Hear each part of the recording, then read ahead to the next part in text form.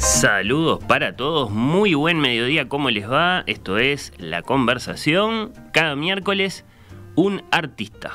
La semana es para exponer la obra, el miércoles es para conocer la palabra del artista, para conocerlo a él, para conocer su visión del mundo del arte.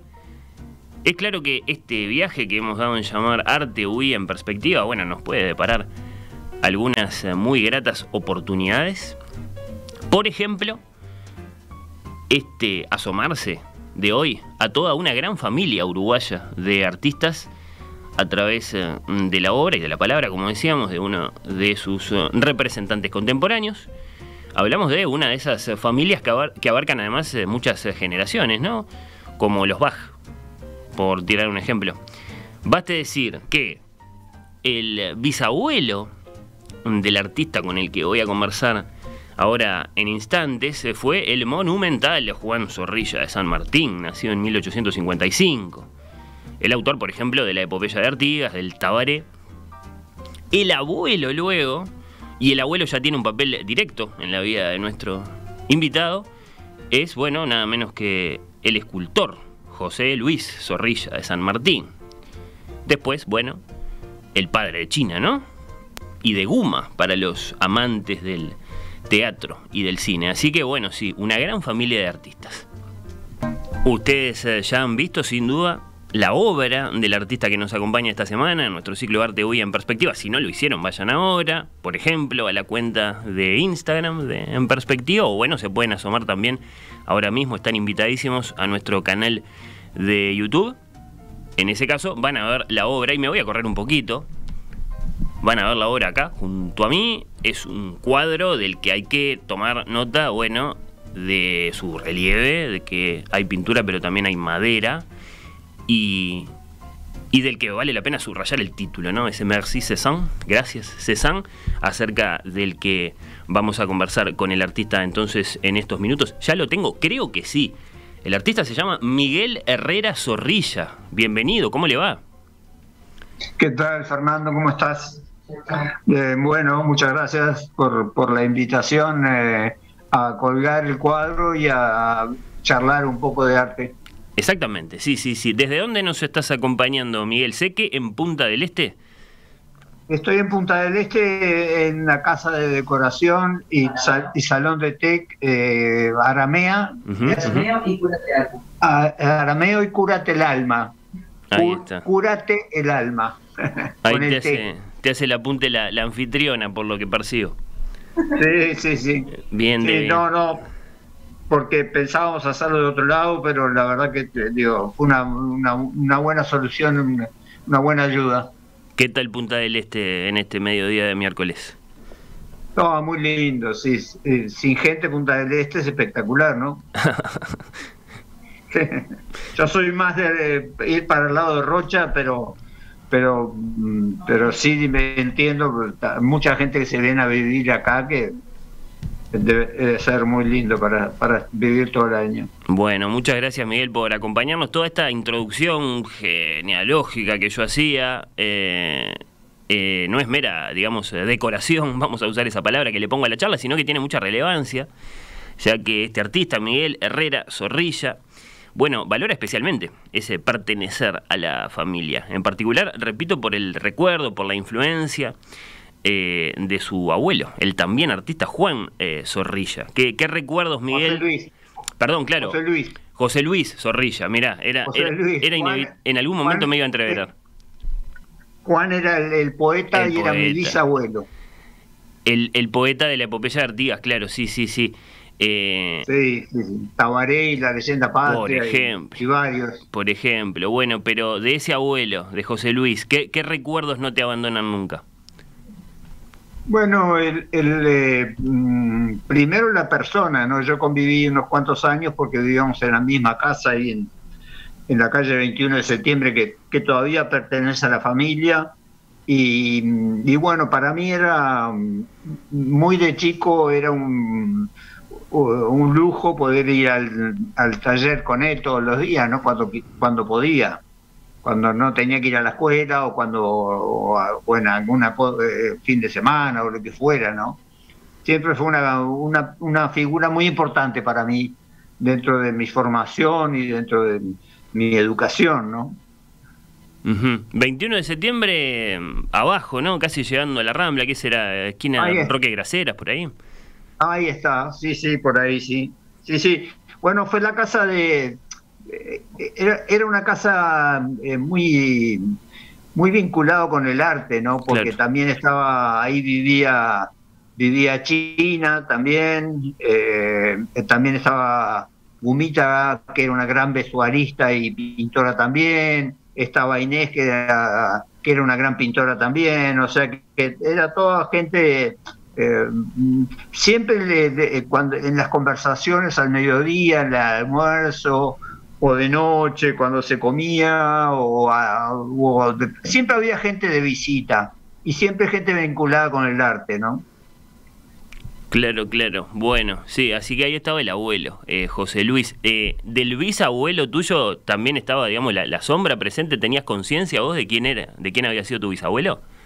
Sí, sí, porque fue un tipo muy importante, ¿no? Digo, y en la escuela era una figura, claro, que también permanentemente lo leías o lo que fuera, ¿no? A mi abuelo me acuerdo que también a veces le pedían en la escuela para que fuera algún acto, viste, a hablar de arte universal o a recitar algo de la leyenda patria o de Tabaré, y bueno, era un tipo muy amable, viste, un tipo que no le decía que no a nada, viste, siempre estaba dispuesto a cualquier cosa, digo, y eso también, viste, para nosotros era imagínate, era un orgullo, viste, ir a la escuela, que tuviera mi abuelo recitando ahí en el escenario de la escuela Grecia, ahí en el Yauri, era fabuloso. Y Miguel, con el tiempo, ¿no? Llevar ese apellido para vos, ¿qué representa? ¿Es un mandato? ¿Es una inspiración? ¿Tiene algo de carga? A ver, ¿qué me contás? Sí, tiene algo de carga, pero yo creo que también es como un médico que se cría en una familia de médicos también, ¿no? O sea, el ambiente te predispone también a elegir determinados caminos, ¿no? Acá éramos 20 y pico de primos hermanos, viste, que convivíamos ahí en la casa de mi abuelo, no todos vivían ahí, pero siempre estaba, digo, era el lugar de reunión, era la casa de mi abuelo, todos, digo, y muchos de ellos también tenían facilidad para el dibujo, viste, en la escuela, o para la pintura, lo que fuera. Después de que haya sido yo el que me dediqué, digamos, profesionalmente y viva de esto, son otras razones, viste, otras cosas, hay una cosa más de determinación, que tampoco sé mucho, porque es medio misterioso también, ¿no? Todo el tema de por qué uno se dedica a algo y qué es el arte, y que pues la discusión es permanente y es eterna, no termina nunca, ¿no? Y va a seguir siempre mientras el hombre siga haciendo arte y siga produciendo cuadros, esculturas, lo que fueran, digo, ¿no? Las cosas mías que son, hay una mezcla entre pintura y escultura. Sí, ¿y hay alguna frase o lección familiar que lleves contigo, que siempre ande por ahí? ¿En ese sentido? Sí. A ver. Hay una que está en el escudo de la familia, que es: velar se debe la vida, de tal suerte que viva quede en la muerte. Que quede en la muerte, claro, la posteridad, bueno. Sí. Deja pensando. Yo creo que más que nada es hacer las cosas bien, ¿está? Hacer las cosas bien, digo, o sea, no desviarse por cosas que no tienen importancia y que a la larga no aportan nada, digo, ¿no? Yo eso, digo, lo empecé a entender más de viejo, que los años, como siempre, te van dando un poco más de, no sabiduría, porque también es medio pedante eso de decir, soy más viejo y soy más sabio. No, yo tengo siempre la imagen de ser un aprendiz, ¿no? Y quiero seguir siendo un aprendiz, digo, ¿no? Seguir siendo aprendiendo, digo. No le puedo enseñar a nadie nada porque no me siento o sea, con la capacidad para hacerlo, y creo que sí, lo que uno tiene que estar siempre muy abierto a todo lo que viene, y creo que a lo largo de mi carrera y de mi vida lo he ido haciendo así, ¿no? O sea, he ido saltando de muchos estilos y muchos tipos de materiales y de diferentes series o sea, series de campo, series de La Pedrera, series de Nueva York. He hecho de todo un poco, digo, y realmente me siento contento de que haya sido así, de que me haya metido en esa dinámica de trabajo, ¿no? Bueno, sí, ahora capaz que salimos un poco de recorrida, creo que vale la pena que nos guiemos un poco, sí, por todas las noticias biográficas que tenemos de ti, Miguel, pero evidentemente acá no solo vamos a hablar de los Zorrilla, ya que el cuadro, que es objeto, bueno, motivo de esta conversación, se titula Merci Cézanne, gracias Cézanne, por lo que ahí ya tenemos otro gran nombre de otro gran artista acerca del que sí o sí te tengo que preguntar. A ver, ¿qué representa Cézanne para vos? Bueno, primero que al ser una naturaleza muerta, es evidentemente muy difícil eludir a Cézanne, no tenerlo presente siempre, ¿no? Y bueno, esta es una serie de naturalezas muertas que hice para una muestra hace 2 años en la Fundación Iturria, y que es un poco... me siento como en casa ahí porque son como familiares ya, ¿no? Digo, y bueno, ya te digo, apelé a una obra de Cézanne que tengo en un catálogo muy lindo de Cézanne con prácticamente toda la obra, y está esa naturaleza muerta con esos amarillos fuertes, ¿no? Y esos panes. Cézanne no ponía panes, ponía naranjas y manzanas. Pero yo digo, el pan es algo que yo ya vengo trabajando como un objeto importante, ¿no? El pan es muy importante, por lo menos para mí es importante. El tener un pan en la mesa ya es casi una comida. Es lo que decía, es un símbolo. Claro, sí, sí. No, yo, mirá, teniendo un poco de pan en la mesa, un vaso de vino, y le agregás algo, le agregás un queso, le agregás cualquier cosa, una carne fría, lo que fuera, ya ahí ya tenés una comida, digo. Pero el pan es fundamental. Sí, sí. Así que bueno, había una inspiración en la obra de Cézanne, por lo ineludible que es, decías, Cézanne como maestro, Paul Cézanne como maestro de la naturaleza muerta, bueno, maestro de tantas cosas, ¿no? Se lo llama el padre del arte moderno, qué sé yo, un artista muy grande en muchos sentidos. Sobre todo el cubismo, ¿no? Claro. O sea, yo creo que el cubismo sale de Cézanne, y yo las obras mías, yo le pongo cubismo siempre, ¿no? O sea, que cuando me preguntan qué hago, bueno, yo hago un cubismo, digo, o sea, le nombro mucho los cuadros con yo qué sé, una máquina de escribir, viste, con papeles y cigarros, que son como una naturaleza muerta también.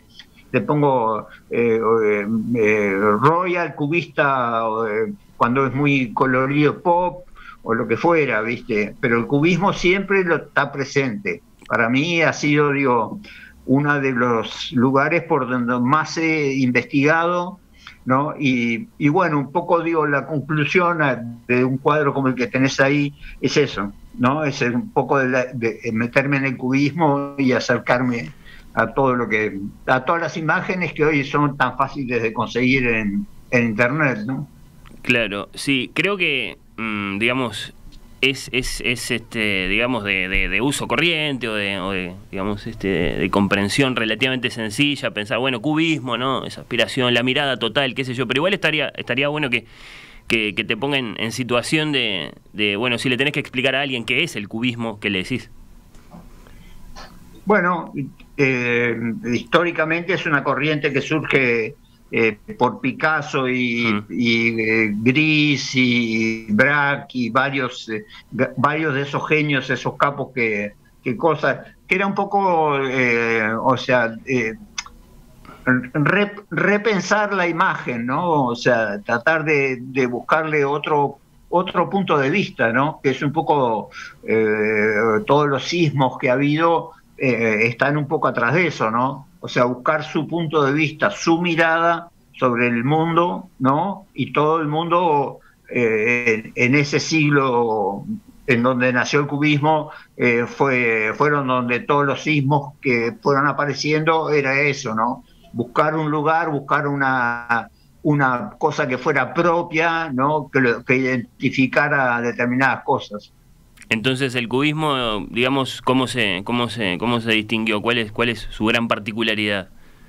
Bueno, sobre todo esa deformación del plano, ¿no? En pequeños espacios.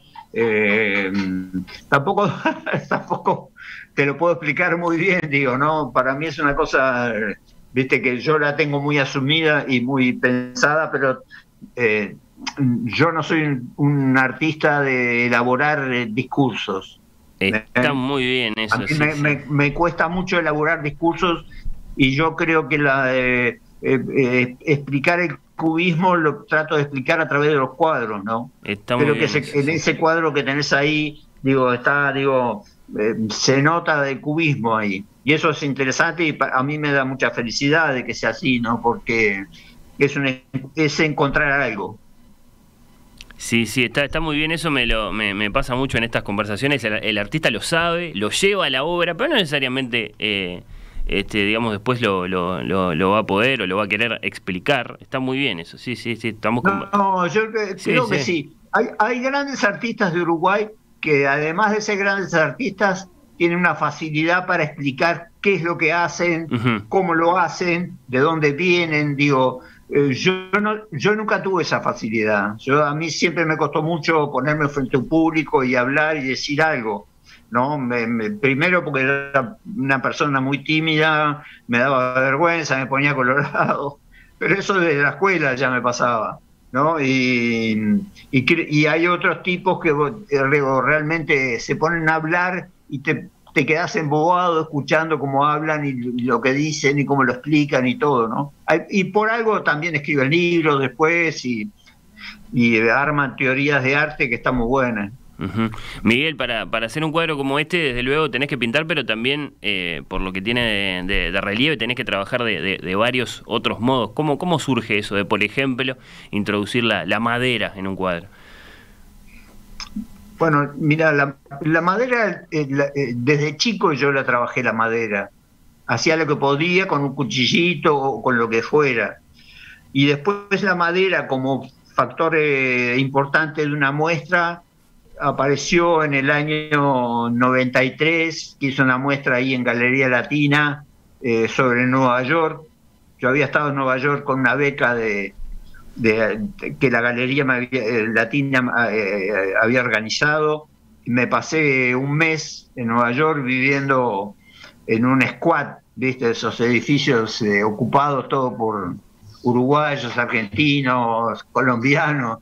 Impresionante. En la calle 14 casi la A por ahí. O sea, estabas en el mojo, en el medio del mojo. Año 1990, por lo que leo acá, Miguel. En el 90, sí. A mí eso me marcó mucho y me hizo, o sea, empecé a trabajar con obras que era cartón pegado sobre cartón, o sea, y además estaba haciendo figuras en madera, bastante parecido a lo que hago ahora, de todos los personajes que se veían en Nueva York, ¿no? En la calle, viste, veías indios, negros, yo qué sé, de todo un poco, con aquellas radios enormes que andaban, viste, que eran como una especie de valija que llevaban en el hombro, y una Nueva York imponente, ¿no? Yo a mí quedé deslumbrado con esa Nueva York, que en los años 90 era un poco ciudad gótica, ¿no? No era el Nueva York de ahora. Yo fui a Nueva York después, en el año 2000, y era un lugar de paseo, ¿no? Pero en el 90 me encontré en una Nueva York, viste, muy arrasada, viste, muy, no sé, una ciudad bastante complicada, pero fascinante, viste, al mismo tiempo, ¿no? Bueno, siempre se dice que la llegada de Rudolf Giuliani a mediados, ¿no?, de los 90, o sea, después de esa estadía tuya, cambió la ciudad, ¿no? En ese sentido que vos decís, así que sí, tiene sentido. Y bueno, una experiencia que te marcó entonces. Sí, me marcó. Yo volví a Nueva York a los 10 años con Ignacio Iturria, que él estaba haciendo una muestra allá en Marlboro, Galería Marlboro, una muestra, digo, una galería muy importante de Nueva York, digo, a nivel mundial, se conocida en todos lados, ¿no? Y me invitó a pintar con él allí en un estudio que había alquilado, y pasamos bárbaro. Fue también, viste, ahí cambié también lo que venía haciendo, empecé a trabajar con cosas de la aventura que después iban a ser muy importantes para hacer varias muestras sobre eso, ¿no? Y bueno, yo había trabajado con Ignacio unos cuantos años como ayudante, que también fue un poco mi maestro, ¿no? Digo, me dejó mirarlo, o sea, me dejó mirar, ¿viste? O sea, cómo hacía las cosas, todo. Entonces, digo, y yo lo ayudaba en lo que fuera, digo, y creo que fue una época muy fermental, ¿viste? O sea, trabajábamos como podridos, ¿viste? No parábamos en todo el día, ¿viste? Parábamos a jugar algún pool, ¿viste? Y después de vuelta al trabajo, y creo que tanto para él como para mí fueron épocas muy interesantes lo que salía, ¿no? Otro tema o motivo que puede llamar la atención a quien repasa tu obra es la portada de la revista Life, Miguel. ¿Eso de dónde sale? Bueno, de verlo de chico, la revista Life tenía unos fotógrafos imponentes, ¿no? O sea, Capa, Cartier-Bresson, a la otra Lange, creo que se llama, una fotógrafa americana. O sea, era muy seductor todo el material que había. Y además escribían tipos fenómenos, ¿no? Porque escribía Hemingway en la revista Life. ¿Te das cuenta? Uno de los cronistas era Hemingway.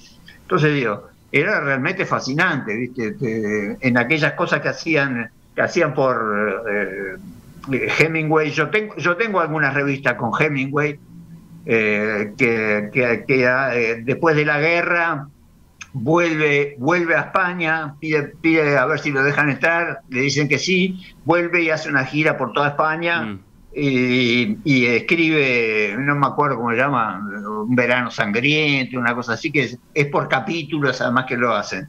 Y la revista Life siempre me pareció que era un lugar donde yo podía meter en esa tapa de Life, yo podía meter lo que fuera, ¿viste? O sea, me permitía una libertad increíble, porque era lo que yo había visto desde chico en la revista, ¿no? O sea, la tapa de Life era como un mundo aparte, ¿viste? Y bueno, después por eso trabajé una serie sobre Kennedy también, que era una obra que no la puse nunca acá. Eso fue con una galería argentina, y también, ¿viste? Eso fue inspiración por la revista Life también, ¿viste? Ese mundo tan seductor de los Kennedy, con su vida, con sus casas, con sus barcos, con sus perros, todo era lindo. Todo lo que tenían era bueno, era otra cosa, ¿no? Yo los admiré mucho a los dos, digo, tanto a John como a Robert. Me parecieron los tipos que hubieran cambiado mucho a Estados Unidos si hubieran seguido, ¿no? O sea, eran tipos que tenían, digo, sobre todo creo que más Robert que John, ¿no? Eran tipos que prometían, viste, un Estados Unidos mucho mejor, ¿no? A pesar de en esa época, digo, cuando éramos jóvenes, éramos anti-yanquis y queríamos que, viste, creíamos que el mundo justo venía por el lado de Cuba y de toda su revolución, ¿no? Cosa que después, a mí por lo menos me desilusionó mucho viste, sobre todo haber rechazado la cultura americana en determinado momento de la vida. Mirá qué manera, claro, entonces de llevar la historia y los grandes momentos al arte, ¿no? Te proporcionó, diría ser un hilo para un collar. Entonces la tapa de la revista Life, ahí, bueno. Sí, sí, sí.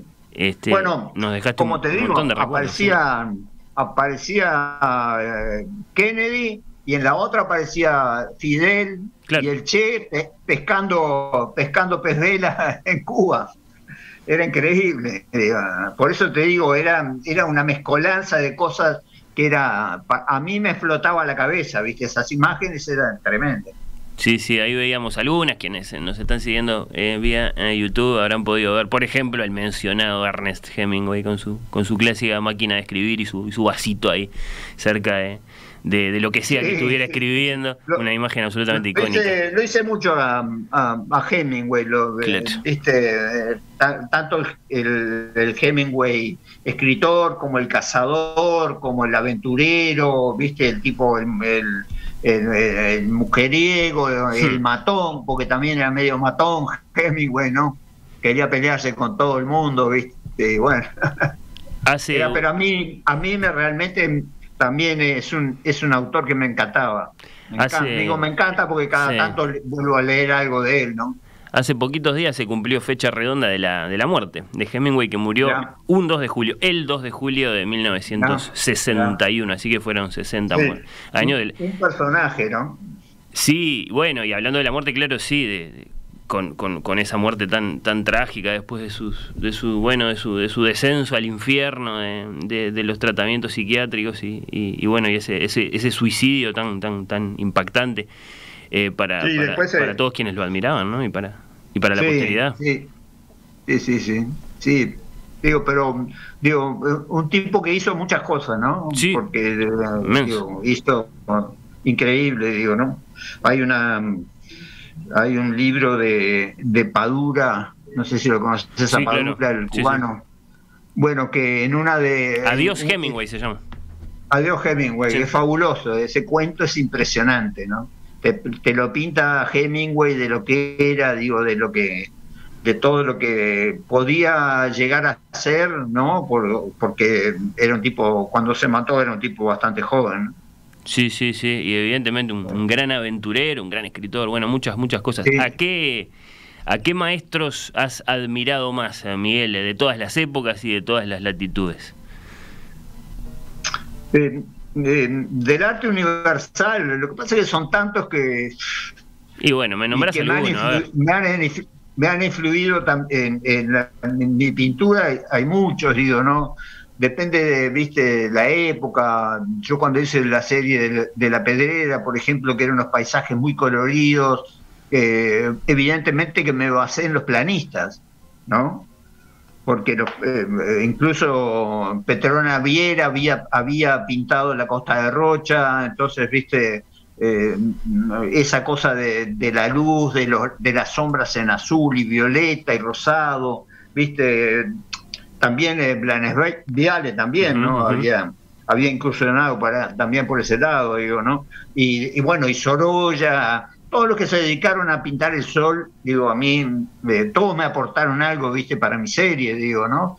Que para mí, yo la disfruté mucho también esa, porque viví un tiempo en La Pedrera y es un poco como mi segunda casa. ¿Y de algún viaje, Miguel? Capaz que esto es lo último que te pregunto. ¿De algún viaje, de haber estado parado frente a un cuadro, frente a una escultura, de haber sentido ese deslumbramiento que no te lo olvidas en toda la vida? No especialmente.